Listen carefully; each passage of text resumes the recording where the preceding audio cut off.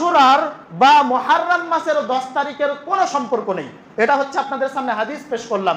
এই হাদিসের ব্যাখ্যায় বিভিন্ন মুহাদ্দিসে কিরামরা তিনারা ঘটনা উল্লেখ করেছেন।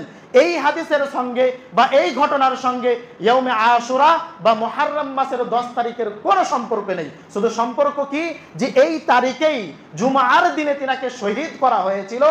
অত্যন্ত দুঃখ বেদরক দিন আমাদের জন্য, তবে এর সঙ্গে ইসলামের কোনো সম্পর্ক নেই। কেন সম্পর্ক নেই এবার একটু বুঝুন। এই সম্পর্ক এই জন্য নেই, তারপরে অর্থাৎ হুসাইন রাদিয়াল্লাহু তাআলা আনহুর মৃত্যুর পরে তিনি 61 হিজরিতে ইন্তেকাল করছেন, তিনাকে শহীদ করে দেওয়া হচ্ছে।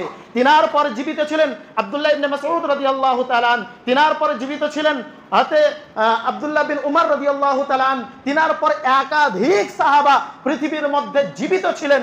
কিন্তু তিনারা কোনো দিন এটা মনে করলেন না যে এই দিনটাকে কেন্দ্র করে হাসান এবং হুসাইন নামে তাজিয়া বের করে, হাসান এবং হুসাইনকে কেন্দ্র করে বুক চাপড়িয়ে মাথা চাপড়িয়ে বিভিন্ন রকম ভাবে দুঃখ প্রকাশ করে এই দিনটাকে আমাদেরকে উৎসব হিসাবে মানাতে হবে।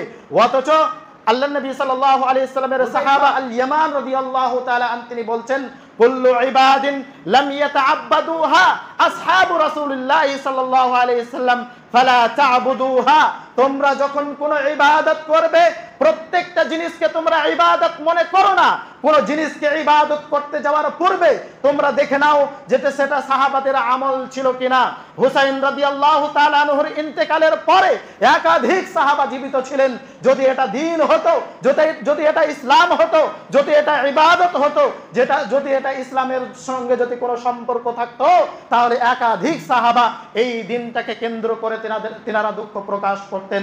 এছাড়াও আল্লাহ নবী সাল্লাল্লাহু আলাইহি ওয়াসাল্লামের সাহাবা আব্দুল্লাহ ইবনে মাসউদ রাদিয়াল্লাহু তাআলা তিনি বলছেন, ইত্তাবিউ ওয়া লা তাবতাদিউ ফাকাদ কাফিতুম ইলাইকুম বিআমরিল আতীক।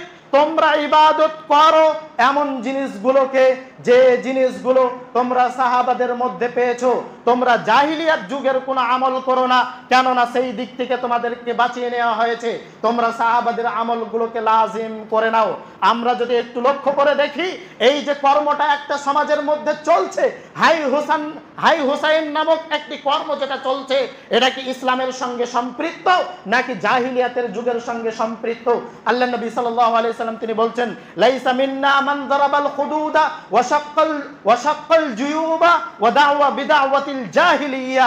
কোন মানুষ যখন মরে যায়, সেই মরে যাওয়া মানুষকে কেন্দ্র করে কেউ যদি তার বুকটাকে চাপড়ায়, তার মুখটাকে যদি চাপড়ায়, রক্ত খনন যদি করে, এবং জাহিলিয়াতের যুগের মানুষ যেরকম ভাবে কান্না করত, হাউমাউ করে কান্না করত,